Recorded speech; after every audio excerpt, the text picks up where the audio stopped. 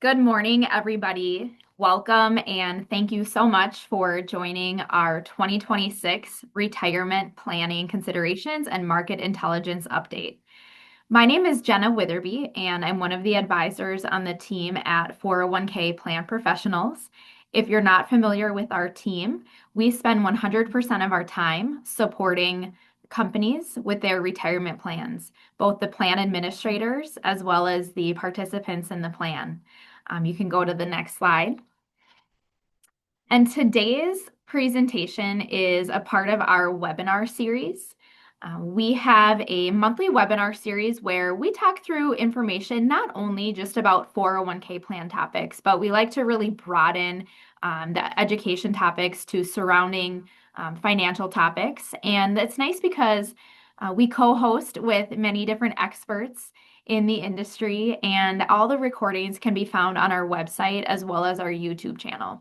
This is our first of 18 webinars actually slated for 2026. And I always tell people, even if you don't think you can attend it live, still register and then you are sent a recording automatically. So this will be found on our website as well as our YouTube channel afterwards as well. So we are in for a treat today. Emily Roland joins us from John Hancock, and she's back. Emily has co-hosted webinars with us in the past. Emily is the Co-Chief Investment Strategist at John Hancock. She has been with the firm for over 20 years. She's responsible for developing and delivering timely market and economic insight, which she will share with us today. She co-authors Manulife John Hancock's investment flagship quarterly market outlook publication, Market Intelligence, and she will share a lot of that with us today. And that combines the insight from the global network of asset managers, independent research firms, broker-dealers, and banks. She's a great partner of ours. We are so lucky to have her here with us today. She'll spend about the first 30 minutes speaking, and then I will take over from there. Thank you so much for being here today, Emily. You can take it away. Awesome. I'm so happy to be here with all of you today. We're going to cover a lot of ground in the next 30 minutes, but I just wanted to start with what I think is on everybody's mind, and it's the geopolitical headlines that have been sort of dominating the market. There's been an unprecedented number of developments, whether it's around tariffs, whether Greenland, Venezuela. I know it can feel like a lot, and I don't have the ability to tell you exactly how these things are going to play out. I frankly don't think anybody does. But what I always think about is how to connect the dots between what's going on from a macro perspective and what it means for your portfolio. And I'll say, as it relates to geopolitical headlines, there's really three things. One, it's just so easy to make mistakes, especially when we let our emotions get in the way of making investment decisions. The other element here, so just trying not to use politics as an input to making investment decisions to us is really the right approach. And most notably, even if you got the outcome right, as far as it relates to political developments, the market reaction's actually been pretty counterintuitive. So if you had told me at the beginning of last year that we were going to impose these punitive tariffs on China, and that at the same time the Chinese stock market was going to be up 32% and be one of the best performing equity markets in the globe, I'm not sure if I would have believed you. If you had told me that the US dollar was going to fall 10% last year, that's exactly the opposite of what normally happens when countries impose tariffs. Typically, you'd see the US dollar increase over the course of that time. So it's really tricky to try to do this. We try to minimize it. The other thing I would suggest is just be careful of getting FOMO, fear of missing out. There are assets out there, things like gold, now silver. The South Korean stock market's up 100% over the last year that are just seeing these parabolic moves higher. A lot of this is charts, it's momentum, it's trading, it's sentiment. When I talk about technicals, it really simply means people looking at a chart that's going up and buying it, no matter what the asset is. we want to be really careful about not going over our skis and leaning too far into those riskier corners of the market. And then finally, just focusing on what matters. It's things like earnings, it's things like economic data. We're going to talk about some of that stuff today. That is really what's going to impact portfolios over the medium to long term, not these geopolitical headlines, which I know are extremely jarring. We're going to try to turn that off as it relates to investing throughout 2026. So I just want to start by talking about some of the stuff that I do think matters from an economic standpoint today. Watching really closely two key things to tell us if there's something more sinister going on with the economy. This is what I would call our canaries in the coal mine. For those that aren't familiar with that term, back in the day, miners used to bring birds into the coal mines because they had more sensitivity to noxious gases and they could tell the miners early on if there was something dangerous going on in the mines. That's the way that we think about these two things. They're going to give us the earliest tell possible that there's maybe something more wrong going on with the economic backdrop today. The first one is weekly jobless claims. That's in the green. So every Thursday morning, we get a read on initial jobless claims in the United States. That's people filing for the first time for unemployment. That data has been very, very innocuous, essentially. So very low in the low 200,000s. As you can see, that's remarkably low in the context of the last 20 years or so. We just got fresh data on this morning. Again, 200,000. We are in a no hire, no fire zone where the labor market is just sort of plodding along.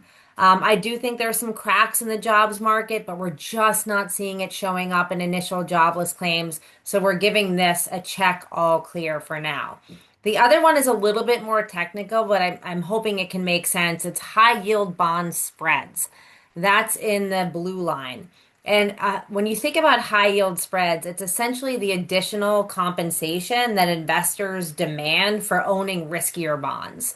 And when high yield bond spreads are tight, the credit market is basically telling you that there's not really a big risk of defaults picking up. There's no liquidity issues going around. There's plenty of liquidity for borrowing. High yield bond spreads today are super, super tight, right around 260 basis points, close to the tightest they've ever been, which was in 2007. I'm not trying to spook anybody with talking about 2007, but high yield bond spreads right now really are calling the all clear as well. So the economy right now is sort of slowly slowing, which is actually a good thing if you think about the ability of the Federal Reserve to cut interest rates. That can help bring the cost of capital down. It brings mortgage rates down. It brings borrowing costs down for consumers and businesses. So a slowly slowing economy, one that's not falling off a cliff, one that's not booming, is actually tends to be the most ideal period for investments because the Fed can cut. We'll talk a little bit more about that here as we move forward. The other positive right now in the United States is that the earnings engine is on. So one thing we always have to remember that over time, stock prices follow profits. They don't follow political developments, they follow profits. Companies in the United States are making money right now. This chart shows the green line is S&P 500 prices, and then the blue line is next 12-month earnings growth. So this is what analysts on Wall Street are penciling in as far as company profits over the next 12 months. And as you can see, this line is moving higher. That's good. We are looking at 12% earnings growth when all is said and done in 2025, and analysts are penciling in about 15% earnings growth for next year. The good news about, or for 2026. The good news about that is you can look on the right-hand side of the page, you can see where that earnings growth is coming from. This past year was really all about technology stocks. We expect a significant broadening out of participation from an earnings growth perspective across all of the sectors in the S&P 500. You can see double-digit earnings growth for areas like industrials that we like. Healthcare stocks expected to see solid earnings growth, communication services, financials.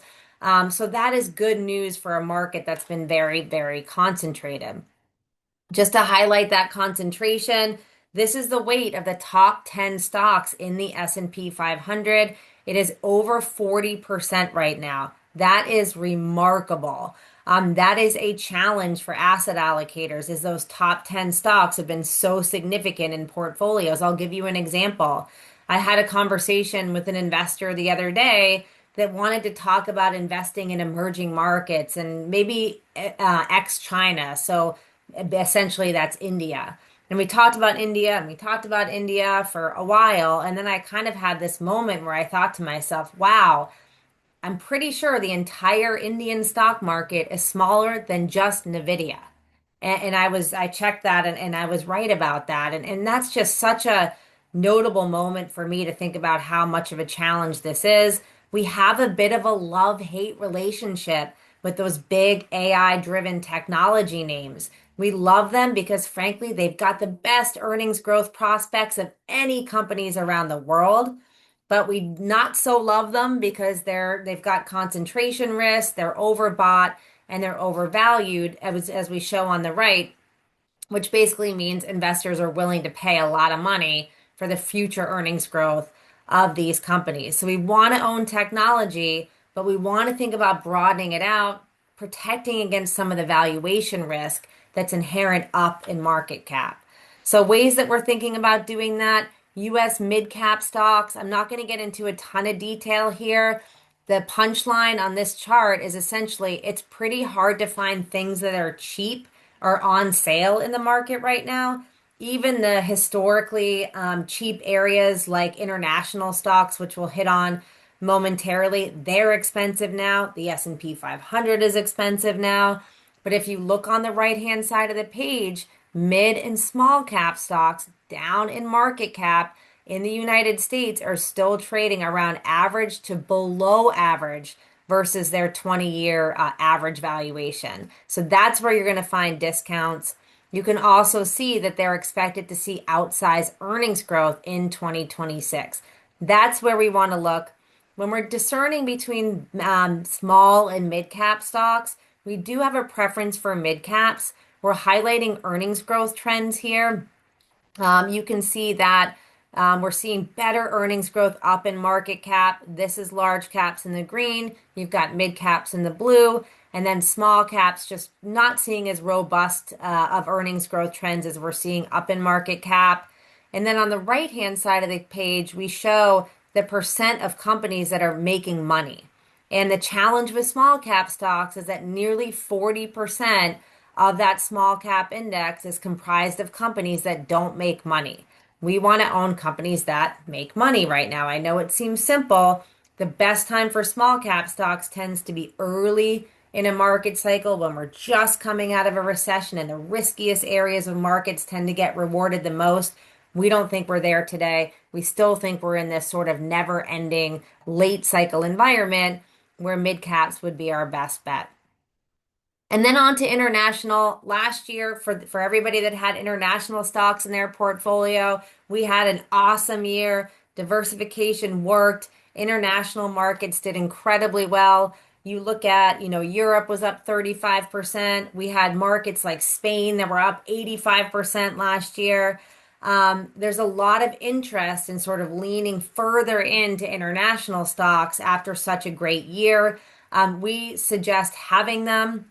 If you think about an international portfolio, just looking at like a standard index or benchmark, about 35% of your equity exposure is going to be in international stocks. That is looking at the MSCI All Country World Index, which is kind of the standard for somebody looking at a broad equity portfolio. Most people don't have that much in their portfolio. We're a little bit less than that, about a third of our equity exposures in international stocks, but it could be an interesting time to think about sort of right-sizing those positions, not necessarily though going all in on non-US stocks. The reason for that is that economic growth and earnings growth overseas just isn't as robust as it is in the United States. This shows economic growth. This is one of my favorite charts. It's PMIs, Purchasing Managers Indices. And what it shows is it's a really timely read on the health of an underlying economy. So anything over 50 means an economy is expanding, below 50 means an economy is contracting. This is the six largest non-US countries. And you can see they're sort of muddling along. We're looking at if you added all these up together and looked at a Eurozone manufacturing PMI, you would get to 48.7. So modest contraction. It's not terrible, but I'm not sure that it justifies a 35% return in some of these markets. Again, we think this move into Europe is partly due to sentiment. It's political. We saw it really accelerate in the height of Liberation Day. There was a sort of sell America everything trade, whether it was stocks, whether it was dollars, even bonds. And we saw Europe as really the destination for that capital. We want to be mindful though, because economic growth is still better in the United States. Our PMI is right around 52, also not amazing, but better on a relative basis. Same thing from an earnings growth perspective. We are seeing earnings estimates improving in Europe, but if you look at 2025, we got about 4% earnings growth there, much better in the United States, and 10% earnings growth. So a high bar for 2026. We like the improvement in earnings growth here, but we're still seeing, again, those US technology funds, the innovation is happening in the United States. There's an old phrase, the US innovates, Europe regulates, and China imitates. The idea with Europe is that they're dogged by overregulation. There's long-term demographic challenges there. Energy costs are extremely prohibitive. It's really hard to build a factory in Europe. We're energy independent in the United States. So some structural challenges in Europe that makes us not love that market. But again, we do have allocations there. An active manager can do a really good job sort of sussing out the sectors and the stocks that offer opportunities overseas. And the final thing I'll mention on international markets is how critical last year's weaker dollar was to that outperformance. So the US dollar fell 10%, which very rarely happens in a calendar year. Big outlier, one of the worst years in modern history for the US dollar. Again, my view is that it was more of a sentiment trade, a political development that caused that weakness in the dollar. And that's really important as it relates to your portfolio because when the dollar retreats or weakens, that's very much accretive to the returns that you're going to earn in your international portfolio. If you just sort of think about it from a technical perspective, the returns you're going to earn internationally are worth more when they're converted back to dollars. So if you think about that 30+% performance, outperformance in Europe, about a third of that was just because the dollar weakened. So we want to be careful, sort of over relying, I think, on that portion of your portfolio. Looking at the dollar into 2026, it's tough to make a currency call. My best guess would be that the dollar sees some modest strength into 2026. Again, given the fact that our economy is doing better on a relative basis, our rates from a sovereign debt perspective are more attractive. All those things should bring a flood of dollars onto our shore. If we do see some more weakness into this year, I just don't think we're going to see another 10% decline. So something to think about here, as it relates to international portfolios as well. And then finally, we'll talk about bonds. And I want to sort of address kind of what the key issues have been in terms of fixed income portfolios. Last year was actually a good year for bonds. We saw high quality bonds up 6-7%, depending on the index that you look at. But the key, sort of trend and one of our sort of biggest calls for 2026 is that we're going to see inflation decelerate. And why is that important? Because inflation is really bond enemy number one. It's actually the enemy of most financial assets, except for commodities and energy stocks. All you have to do is sort of think back to 2022, which was the worst year ever for a 60-40 balanced portfolio. And the thing that killed portfolios that year was inflation. So we actually think that disinflation becomes your friend and not your enemy into 2026. And we're seeing it in a few places. One is that wage growth is slowing and the labor market slowing. That's what we're highlighting on this page. This is monthly job gains. We actually have seen now three negative monthly jobs reports over the last 6 months. That does not typically happen outside of a recession. Certainly, there's an AI element there where companies are doing more with less workers, less machinery. But we have seen, some weakness pervading in the labor market. On the right, we're showing some more real-time measures of jobs. We look at survey data. People are saying that jobs are hard to get. One thing we're watching is the quit rate, which I don't have on here. The quit rate was really high for some time. Basically, what that means is that people felt confident that they could leave their job and go make money somewhere else, more money somewhere else. That has ended. Sorry to break the news to anybody. But the quit rate's now 1.8%. That's at a cycle low. So people are sort of mostly staying put at this point. So we do think that more pressure on the labor market can help the Fed cut rates. The Fed has a dual mandate. They're charged with maximizing employment and maintaining price stability. So basically, keeping the labor market not too hot, not too cold. And then same thing on the inflation front. So labor market's weakening, the Fed can cut, that brings mortgage rates down. That's a good thing. The other thing that we're watching is the inflation front. This is really critical. And it's all about shelter or housing. So if you look on the right, these are the components of CPI. That's the BLS's measurement of inflation.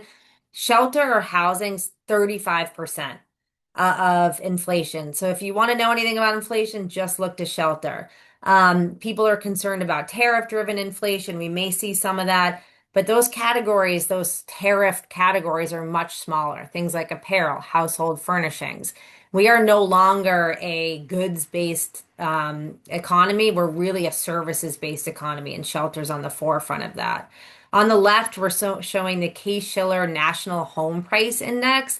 And after absolutely booming, mostly in the first part of 2022, we are seeing house prices slow on a year-over-year basis. In the United States right now, there are more sellers than buyers in the housing market to the greatest extent actually since 2013.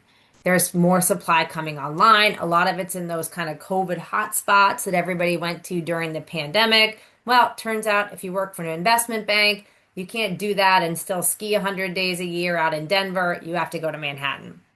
So a lot of those areas, Florida now has more inventory than all of New England. Insurance costs are untenable there. We're also seeing demand cool. Mortgage rates are still elevated. Unaffordability is a key issue. Consumers are pulling back on those things. So that's something to think about. Also disinflationary, lower gas prices, oil prices were meaningfully higher a year ago than they were today. That feeds into inflation. And then also AI. So improvements in productivity, companies able to do more with less. That is really critical as well. So there is some risk to this. We do have the one big beautiful bill, which is going to have some stimulus in it, which could kind of boost inflation at the margin. That should be accretive to the consumer. Just have to make sure that doesn't cause an overheating in the economy, which would limit the Fed's ability to cut. If we did see a more significant geopolitical disruption that impacted oil supply, that could be another thing that could put inflation up. But by and large, we think these are trends are enough to bring inflation down into 2026. Why is that important? The bond market has not bought into this story. We are looking at, rates. This just shows the income that's available across high quality bonds and some dividend paying S&P 500 sectors. But you're looking at somewhere between, 4 and 7% on fixed income. That is awesome. We are seeing elevated income. as the bond market starts to sniff out these disinflationary trends that are coming, that in our view will bring bond yields down, which is why it's so important to thinking about locking in the elevated income that's available in bonds today. Why is that so important? Because of this chart. Everybody is sitting in cash. Money market funds have been by far the most popular investment over the last few years. There's $7.5 trillion sitting in cash. That is amazing. And what it's doing is something. There's some income that you can earn now on shorter term rates, but in our view, that income is going to disappear as interest rates come down. And when you go back to say, hey, can I get another one of those 4 or 5% 1 year CDs? That's not going to be available anymore. And right now, there is an opportunity to take a modicum more risk in your fixed income portfolios, own high quality bonds, it's investment grade corporate bonds, it's mortgage backed securities, it's treasuries, and lock in that elevated income. I know that it's hard for people to do. What we did in this chart, just to sort of think about wrapping it up here, is we wanted to look at how long investors stay with cash as interest rates are coming down.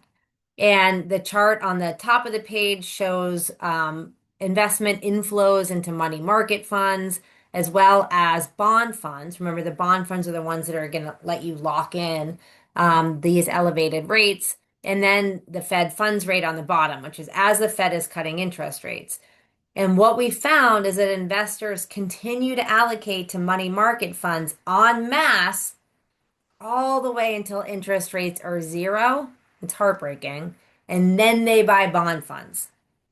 Sometimes that's just because the performance looks really good and you're like, yeah, I want to buy this asset. Well, it's too late. Once yields have come all the way down, that income's going to be gone. So what we're trying to do now is just encourage everybody to think about getting some of that cash off the sidelines and redeploying it to a mix of high quality bonds as well as higher quality stocks. So just to kind of recap a little bit, we talked about embracing US equities. I didn't talk a ton about this, but it's just about, again, leaning into higher quality, resisting going too far into riskier assets that are just showing parabolic charts right now. It's companies that have great balance sheets. You want to have reasonable multiples. Looking at mid cap stocks as a way to diversify away from those large cap stocks. You're going to get a very different sector composition. You're going to get a lot more industrials that's benefiting from the manufacturing boom we're seeing in the US, should benefit from increased capex through the One Big Beautiful Bill. So we like mid caps as a very differentiated part of the portfolio. Non-US equities, sticking with it, looking at opportunities from a bottom-up standpoint, thinking about the weaker dollar here as a key element into those positions, and then just letting high quality bonds do some more heavy lifting in portfolios. We think that it's really important to think about, again, getting that cash off the sidelines. And then infrastructure, long short equities, those are alternative ideas to think about. We've had 3 unbelievably good years in equity markets, sort of thinking about maybe some ways to protect against the downside, thinking about lowering your overall risk in the portfolio. Those are some ways to sort of think about, again, more diversification, more differentiation, broadly speaking, in portfolio. So I am going to go ahead and stop there and see, Jenna, if there was anything that you wanted me to address, or any questions that had come through from the audience. Audience, if you have any questions for Emily, please drop them in the chat.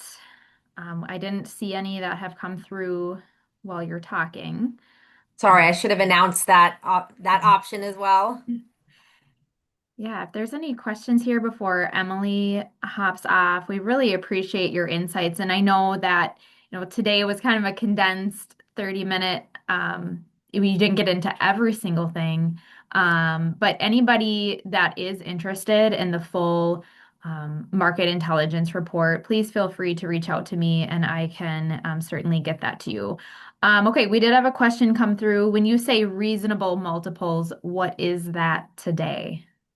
Yeah, so the S&P 500 right now is trading at 22 times forward earnings. That's about as expensive as they've been. The highest ever was 24.1, which was in 1999, which I'm sure doesn't surprise you. I don't want to spook anybody too much with multiples because they're not necessarily a reason for a correction. It's just a really difficult starting point because we're probably not going to let get a lot more multiple expansion. We will have earnings, but earnings has to be the driver. Like we're not going to get any more multiple expansion. So if you look at something like mid cap stocks, which are trading at right now, just above their long-term average. So the long-term average on mid-cap stocks is right around 15 and a half, and we're just a touch above that. Something like that to me is reasonable. Small caps also have a nice cheapness relative to their long-term average at 14 times. So I'm not necessarily calling for multiple contraction this year, but we just need to be careful, looking under the hood at portfolios and making sure we're not totally overpaying for future earnings growth. Thank you. Okay, another question. Any insights on investments into commodities like gold or silver? I know you touched on the FOMO piece. Yeah, so gold and now silver, which by the way, I've been doing this for 20 years. I can't even remember ever talking about silver. It just like I mean, I'm exaggerating a little bit, but it's just popping up on everybody's radar because it's going parabolic.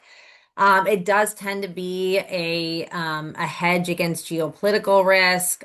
People can get worried about again supply disruptions on the oil side, so they're looking at precious metals to sort of help with that. They have both had an amazing run. Like, I get the argument for a geopolitical hedge. I don't hate gold and silver, but I would trim it at this point. It's a technical chart. It's a chart that's going up. It's being embraced by momentum investors. We would just be careful for sort of leaning in now. If when things go up in parabolic fashion, unfortunately, they tend to come down in parabolic fashion. Okay, another one, and we might need a little more clarification here, but it says, based on our choices available to us, which bond-related funds map to the buy now and hold? So I don't know, Jenna, if you want to take that offline with clients, but I would say Yeah. without promoting our own lineup, it's you really want to think about like a core or core plus type bond strategy with a duration that's closer to the benchmark. So something like around 6 years, that's going to give you income in the 4 to 6% range. So to us, that would be sort of a classic sort of total bond type portfolio, core bond. Yeah, we'd have to look at the fund lineup and see what Yeah. is in your plan. Okay, another one. We follow ITR Crow and they talk a lot about a 2030 Great Depression. Have you heard of this and are there plans to adjust? Yeah, so I think Andrew Ross Sorkin wrote about this as well, and kind of my parents were calling me right after that 60 Minutes episode, like, what are we gonna do? And TV is really good at sensationalizing, some of that stuff. And the biggest concern that I have right now is not a depression because we have much more sophisticated central banking policies now. We have fiscal stimulus at the ready. Like we know that the Fed can increase the size of their balance sheet. They can provide liquidity. They've been very good at doing that. So I think we have the tools now. We have guardrails as it relates to how much leverage the financial system can take after 2008. Like we have the tools to prevent a recession. The issue I have is that right now consumer net worth is at $167 trillion dollars, and consumers own more stocks than real estate for the first time ever since the late 1990s. So what I'm trying to say is that the stock market has been the tail that wags the dog of the economy. The market is actually, because of this incredible market appreciation that we've had, has kept consumers alive and spending. If you feel good about your portfolio, you're probably going to go out and continue to spend. I know Jenna's at a hockey tournament every weekend, and those things aren't cheap, right? So, I'm just teasing, but so that's the challenge. There's a new generation of investors that they have leverage, they have Robinhood, they have coins, they have, whatever else it is. And when a lot of retail investors come into a market and they employ leverage, that usually doesn't end well, which is the argument that's being made on that front. So I am concerned about that. Um, and I think if it does bring the market down broadly, I mean, there's a lot of millionaires out there that are supporting the economy. If that brings down, it puts pressure on the overall economy, I do think we could have a contraction in economic activity. But again, a depression, I think we're way too advanced for that.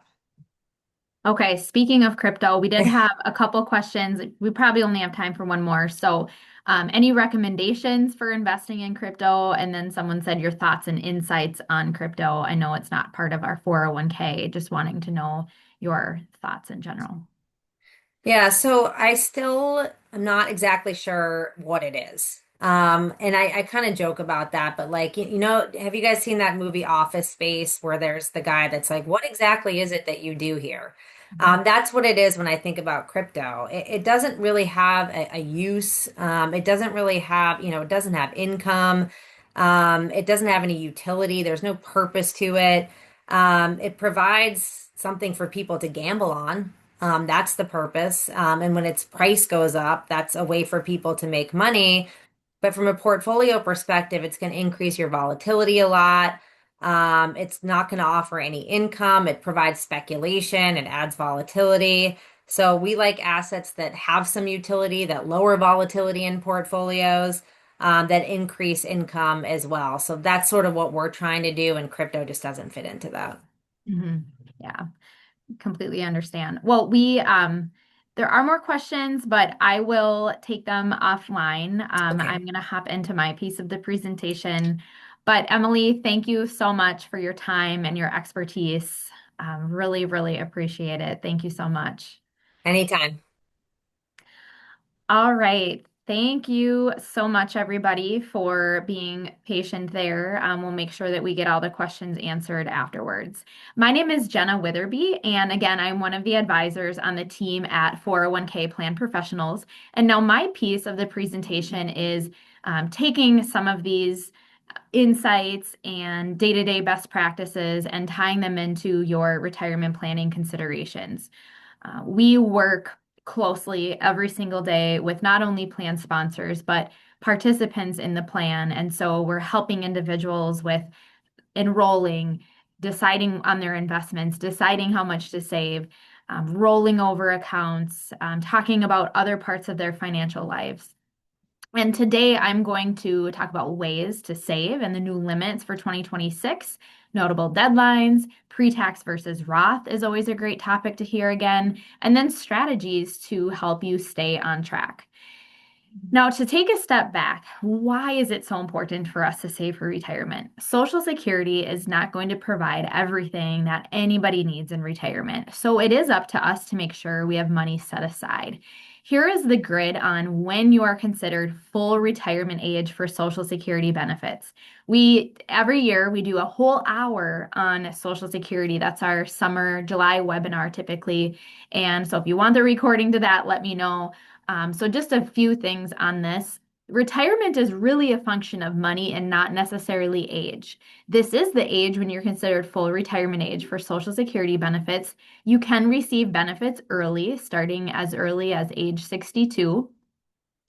But again, the point is that it's not going to provide everything. If you're on the lower end of earnings, sure, Social Security may provide 50, 60% on the high end. But as you earn more, you can see the green portion of the chart gets smaller and smaller. So the Social Security benefit gets smaller as a percentage of your income.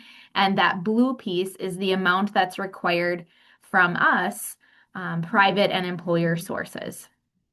Here's an example. Let's say someone's full retirement age for Social Security is age 67. That'd be when they're considered to receive 100% of their benefit. They can receive it early, sure, age 62, then it's reduced permanently, and they'd be getting 75% of their benefit. And you can see on the flip side, if you file and suspend receiving Social Security till later than your full retirement age, you get more each year. So it's about 8% more each year. And there's no benefit in delaying past age 70. So you'd want to make sure you file by age 70. There are restrictions on if you work and receive Social Security, depending on your age, it may affect your Social Security benefit. So if you're under your full retirement age, receiving Social Security and still working, the limit this year is you can make up to 24,480 before it impacts your Social Security benefits. The year your full retirement age is reached, that limit's a little higher, 65,160. Once you've reached your full retirement age and you're collecting Social Security and working, there is no limit to what you can earn. It's not going to impact your Social Security benefits. And those limits do change year over year. The socialsecurity.gov website is very secure and it's really great to create your login. It has your work history and you can see your numbers. There's different ways to illustrate how much your benefit would be based on different retirement ages. You can see your history of your income each year. And there's a lot of really great resources there. You can even meet with someone at the Social Security administrative offices. So different ways to save and new limits for this year. We work a lot on this far left-hand side of the screen, right? I'm working in the retirement plan space with 401ks, 403bs. So we talk a lot about the annual limit the IRS sets. This year it's 24,500. If you're over age 50, you can contribute an additional 8,000. That's called a catch-up contribution. And a newer rule is if you're between ages 60 and 63, your catch-up limit would not be 8,000 this year. Yours is a little bit higher, 11,250. If you turn 64 at some point during this calendar year, you cannot do that higher catch-up limit. Okay. In the middle two columns, we're looking at individual retirement accounts. So there's a combined limit this year of 7,500 for IRAs. We have traditional IRAs funded with pre-tax dollars, Roth IRAs funded with after-tax dollars. They have the combined limit again of 7,500. Once you're over age 50, you can put in an additional 1,100. And then health savings accounts on the right, I'll spend a little time talking about HSAs. Those have limits each year as well. They are 4,400 if you're on an individual high deductible health insurance plan, 8,750 if you're on a family plan, and those have a catch up at age 55. You can put in $1,000 as a catch up. So all of these limits I've talked about today, they have gone up some from 2025. HSAs are not available to everybody, but if you are enrolled in a high deductible health insurance plan, you may save in a health savings account. The thought is you have lower monthly premiums, so that savings on the premiums, sure, you can turn around and put it into this health savings account. And some employers will contribute into health savings accounts for their employees as well, which is nice. But they have triple tax savings. You can put contributions in on a pre-tax basis. They have tax-free investment growth potential. Typically, we see this with mutual funds, very similar to 401ks and 403bs. And then you can take the money out tax-free to pay for qualified medical expenses. After age 65, you can use HSA money even on non-medical. In that case, you just pay regular income taxes. So in the retirement savings realm, they're almost like another 401k. And that money it's not a use it or lose it, so it continues to grow with you. And here's a chart showing the impact of health savings accounts and that triple tax advantage over the years. So this is Someone that's saved over the last 10 years, 174,000 you can see in the orange contributions with catch-ups, 125,000 in tax deferred savings, plus additional savings from tax deductions. They really can be a powerful tool. Sure, you may be using them for current medical expenses. That's okay. That's what they're there for. But really, they can accumulate and grow over the years. And over on the right, that box is saying, if you really want to make the most out of your HSA, pay for current healthcare expenses out of pocket from other savings. Meanwhile, have your HSA money growing for you. That can be a very tax efficient strategy because later on you can reimburse yourself. Also, we know that health expenses in retirement will probably be your primary expense. Okay, shifting gears back to IRAs, individual retirement accounts. You can contribute up to the IRS maximum in an IRA. However, if you earn too much, you may not get a deduction for contributing to an IRA, and it also depends on if you're covered by a workplace retirement plan as well. So for this year, the deduction for a traditional IRA is phased out for singles and head of households who are already covered by a workplace retirement plan and have modified adjusted gross income between 81 and 91,000. Again, you can still save into the IRA as a savings and investment vehicle, but you may not get that full deduction. And then for married couples filing jointly, in which the spouse who makes the IRA contribution is covered by a workplace retirement plan, that income phase out is 129 to 149,000. For an IRA contributor who doesn't have access to a 401k plan, a workplace plan, but their spouse is covered, you can see that income phase out is much higher, 242 to 252,000. All of those phase out brackets have gone up since 2025. And then Roth IRAs. There are income limitations to even save to a Roth IRA in the first place. In 2026, those that are filing single and head of household that have a modified adjusted gross income below 153,000, they can contribute that full 7,500 that I talked about. But if the income is between 153 and 168,000, these filers can contribute, or excuse me, there's a phase out. So your contribution may be reduced if you're in that bracket. And then those above 168,000 can't contribute to a Roth IRA at all. And then similarly for married couples filing joint, you can see that there's the income limitation and the phase out there. Again, all of these income limits I'm talking about have gone up slightly from 2025. So Roth options for high income earners. We get this question a lot because those that aren't able to contribute to a Roth IRA, they may really want to have some after-tax savings. And it's nice because in 401ks and 403bs, there's no compensation limits to contribute with Roth dollars. You still are limited to how much you can put in, but if you are a higher earner and you wanted to put all of your 401k savings into the Roth bucket, you certainly can do that. And some 401k plans even offer in-plan Roth conversions where you take some of your pre-tax money inside your account and you convert it, you change it into Roth money. And that does create a taxable event. So there's definitely some tax considerations there, and they're pretty rare, but they do happen. And a backdoor Roth IRA is a method that allows higher income earners to roll over money from a traditional IRA quickly to a Roth IRA. So if you fall into this camp, let's definitely have some conversations about some strategies that you can take. Wanted to mention briefly the gift limit did increase as well for 2026.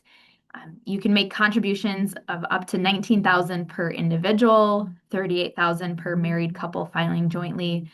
That would fit under the annual gift tax exclusion.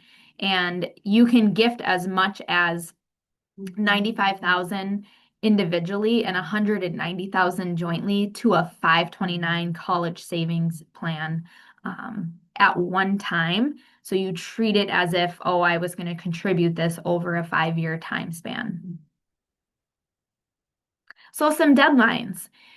Back on the individual retirement accounts I was talking about, those don't work just on a calendar year basis. So you do have a bit of a buffer. April 15th of this year is the deadline to make 2025 IRA contributions. That is also the deadline for employers to make contributions to retirement plans for 2025. You can get even more time there if an extension has been filed. Those that require a minimum distribution from their retirement accounts, the deadline for the 2026 calendar year is, of course, December 31st, unless the person qualifies for their first RMD in 2026. You get a buffer for that first one, and you have until April 1st of 2027. If you did that, let's say you did delay and didn't take your first one until early 2027, you still have to take another RMD in 2027 to cover that calendar year's requirement.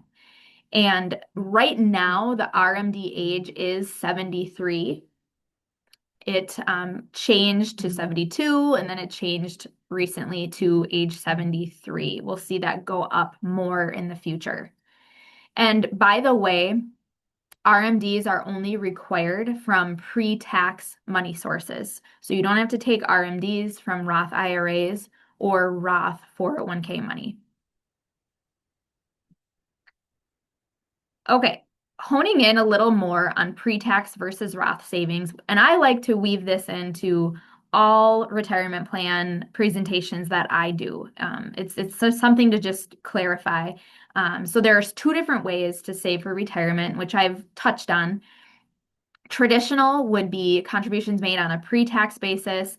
Anything you save, it lowers your taxable income today. That money grows tax deferred. And whatever you take out each year in retirement, that's when you'd pay regular income taxes on it. Roth is the opposite. So you're making contributions with after-tax dollars. You have tax-free growth, tax-free withdrawals. And in this case, you're just getting the taxes out of the way on the front end instead of the back end. So some considerations here. Why pay taxes any sooner than you have to? Someone may consider Roth if they think their income will be higher in retirement than it is now, if you think your tax rate will be higher in retirement than it is now. I see a lot of people doing Roth just for some diversification. Maybe they want to do a combination of pre-tax and Roth, or hey, everything I've saved so far has been pre-tax. I want to switch over to Roth for a little bit and kind of build up that bucket of money. Again, we talked about those income limits and that last bullet, age, time. I do see a lot of people in their 20s and 30s preferring Roth because the thought is, I'm probably in my lower earning years of my life.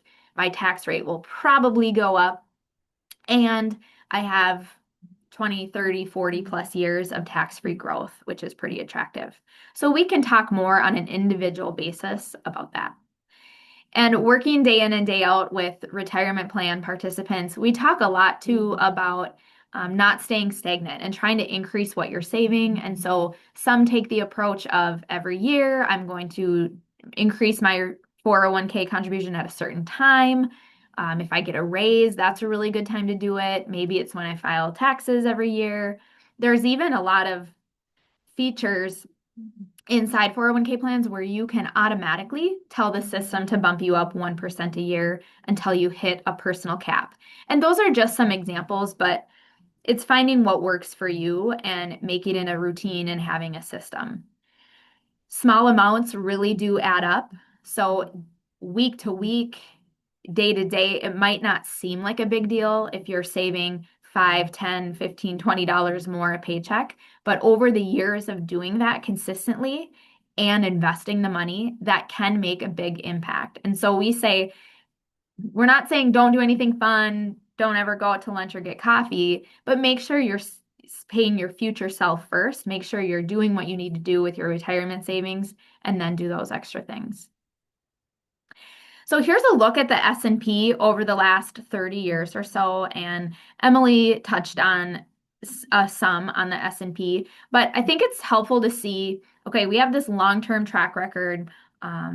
but we do have those periods of time where we have extreme volatility, right? So if you've been investing for a long time, you've been through it. Maybe the tech bubble in the early 2000s, the financial crisis in 08, 09, COVID. She mentioned 2022 right here was the worst, one of the worst years in the stock market.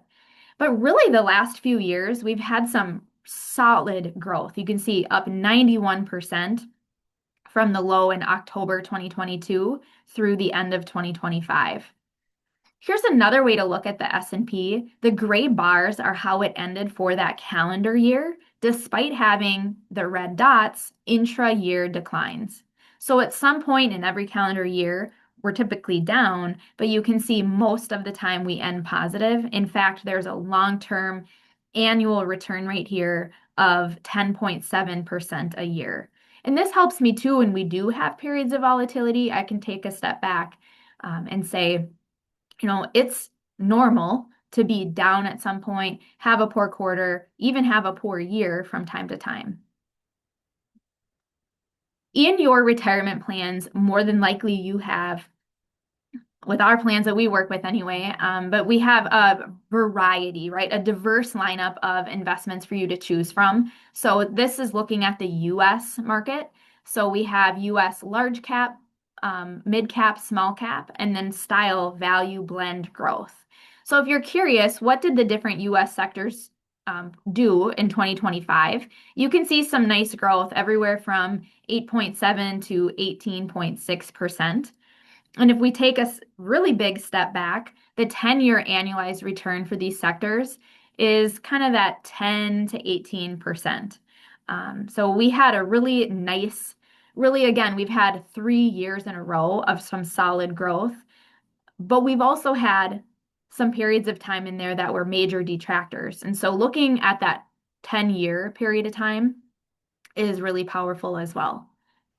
We talk a lot about staying the course, sticking with your plan, not making drastic changes or panicking when we do have market volatility. And this chart is looking at returns of the S&P 500. If you invested 10,000 between July 1st, 2025 and June 30th, 2025, so for those 20 years, if you remain fully invested, you earned about 10% a year. Guess what? If you missed just the best 10 days, you're cut almost in half. If you miss just the best 20 days, you're down to 3%. And so we really try to get people away from making those knee-jerk reactions. A lot of times, if you get out of the market when we are experiencing volatility, you get back in at the wrong time and you miss those recoveries. We talk a lot about age and risk tolerance as well. The further you are from retirement, the more aggressive you can be. And as you get closer to retirement, as your time horizon lessens, you don't want to be completely out of the stock market, but you want to have lower risk overall. And so we're weaving that in as we're talking to participants. And this chart here is basically backing up what I just said and why. So over a shorter time period, like looking on the far left, we can see a lot of volatility in that green stock portfolio. As our time horizon gets longer and longer, as you go from left to right on this chart, you can see less and less volatility. And then over a longer period of time, stocks have never had negative performance. You can see that 20-year, the best return for a stock portfolio was 18, and the worst was still a positive 6. And so as we're having conversations with participants, we're weaving that in, asking questions about age, retirement goals, risk tolerance, all those kinds of things. Okay, so some resources for you. We have our website, 401kplanprofessionals.com, as well as our YouTube channel. You can subscribe there, and anytime we're putting out a webinar or sometimes we do short FAQ style videos, you can get a notification of that. I wanted to mention our 8 steps to becoming financially well. This is a really short video series. Each step equates to a short 3 to 5 minute video. And we also have a checklist that goes along with this series. It's on our website, it's on our YouTube channel. This will take you there. But this is a really nice value add, I think, for anybody, any age, any stage of life. some of the steps you've maybe already tackled, and that's wonderful. If anything, I think it can provide reassurance too that, hey, I am on the right path. I am doing the things I should be doing. We do have virtual office hours. So, the plans that we are the advisors on, I know participants love these. They can sign up for 30 minutes. We screen share. We can log into your account together, go over any questions that you may have, and provide you with additional resources. If you're a plan sponsor by chance, I do have a fiduciary training series that I do every year. And the first fiduciary training is on February 19th. And so you may certainly register for that. It's about a 30-minute fiduciary training. All of our recordings from 2025 are out on our on our website and our YouTube channel. So this QR will take you to recordings. Some of them are more plan sponsor focused, and some are broader themes for anyone participating in a 401k. And then here's our plan for 2026. Like I said, we have 18 different webinars slated. Today is the first of those. Always register. Even if you can't attend live, you will get the recording automatically. If you are a plan sponsor, again, that fiduciary training is a part of a series. And so February, June, and October will be the trainings there. All right. Thank you so much for your time. We are just at 1 hour here. I'm going to go through and see if there's some questions.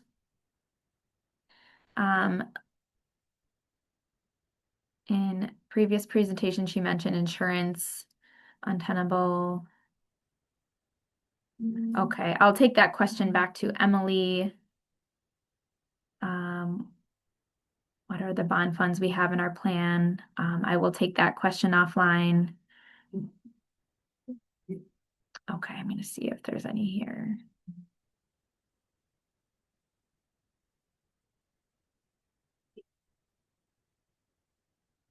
All right. Will a copy of this presentation be provided? I can certainly do that. So I'm going to write down your name. I'm more than happy to send that to you. Are there any indications that backdoor contributions from traditional IRA to Roth IRA for high earners will not be allowed going forward? There was talks of that. I think a couple years ago, there was kind of rumblings that that would go away. I haven't heard anything lately that would indicate that that will be going away. No, haven't heard anything. Okay. All right. Others would like the presentation. Wonderful. All right. Well, thank you so much for your time today. I really appreciate that. This is one of our longer webinars. I know we cover a lot in here. If you have additional questions here, you can see my phone number and my email address. Myself and the members of my team are more than happy to answer specific questions that you have. All right. Thank you so much, everybody. I hope you have a great rest of your day. Thanks. Bye-bye.